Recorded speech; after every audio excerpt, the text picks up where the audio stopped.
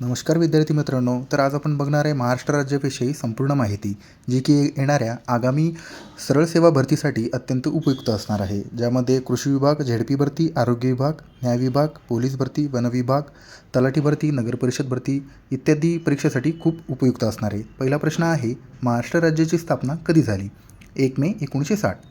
महाराष्ट्रात किती प्रशासकीय विभाग आहेत? 6.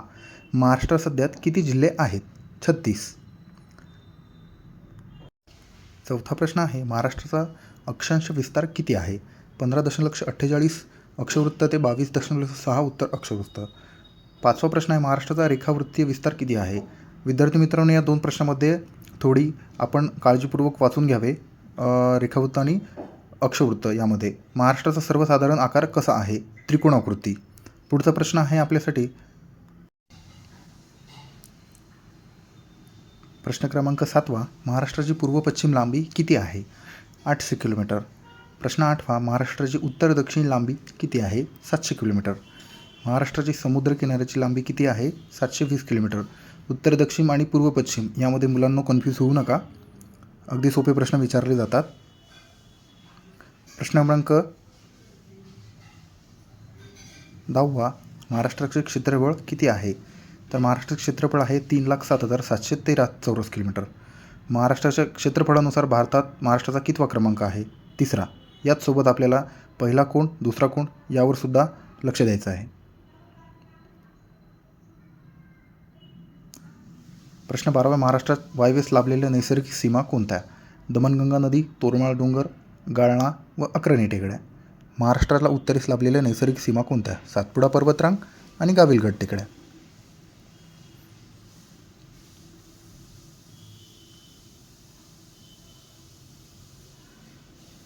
प्रश्न 14वा, महाराष्ट्राला लागून ईशान्येस कोणती नैसर्गिक सीमा आहे? तर दरकेसा डोंगर म्हणून आहे. महाराष्ट्राचा पश्चिमेस कोणती नैसर्गिक सीमा आहे? अरबी समुद्र. महाराष्ट्राच्या पूर्वेस कोणती नैसर्गिक सीमा आहे? चिरोली, गायखोरी, सुरजागड आणि भामरागड. आता बघूया महाराष्ट्राच्या राजकीय सीमा. वायव्येस गुजरात राज्य आणि दादरा नगर हवेली, उत्तरेस मध्य प्रदेश, पूर्वेस छत्तीसगड, आग्नेयेस तेलंगणा राज्य, आग्नेयेस आणि दक्षिणेस आपल्याला कर्नाटक व गोवा राज्य पाहायला मिळतात.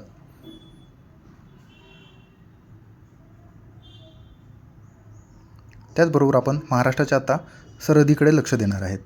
तर गुजरातकडून आपल्याला पालघर, नाशिक, धुळे, नंदुरबार या जिल्ह्यांच्या आपल्याला सरहदी लागणार.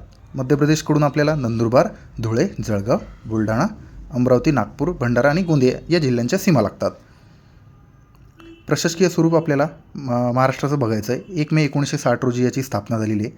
सद्यस्थितीत 26 जिल्हे, 235 तालुके, 289 शहरे आणि 3,577 छोटी खेडी आहेत. महाराष्ट्राच्या जिल्हा आणि पुनर्रचना याबद्दल आपण थोडीच माहिती घेऊया. सिंधुदुर्ग आणि रत्नागिरी 1 मे 1981 रोजी स्थापना झालेली आहे. जालना छत्रपती संभाजीनगर 1 मे 1981 रोजी. लातूर उस्मानाबाद 16 ऑगस्ट 1982. गडचिरोली चंद्रपूर या दोन जिल्ह्यांची स्थापना 26 ऑगस्ट 1982. मुंबई उपनगर आणि बृहन्मुंबई या जिल्ह्यांची स्थापना झालेली आहे. त्यासोबत वाशिम अकोला 1 जुलै 1998, नंदुरबार धुळे 1 जुलै 1998, हिंगोली परभणी आणि गोंदिया भंडारा या चारही जिल्ह्यांची स्थापना 1 मे 1999 रोजी झालेली आहे. सध्या आपण प्रशासकीय स्वरूप महाराष्ट्राचे काय काय आहे हे बघूया. प्रशासकीय विभाग एकूण 6 आहेत, जिल्हे 36 आहेत, जिल्हा परिषद 34, महानगरपालिका 27, कटक मंडळे 7, तालुके 358, नगरपरिषद 244, नगरपंचायती 128. आता महाराष्ट्राचा सर्वात मोठा प्रशासकीय विभाग कोणता? छत्रपती संभाजीनगर. छत्रपती संभाजीनगर प्रशासकीय विभाग किती आहेत? त्याच्यामध्ये 8 जिल्हे आहेत.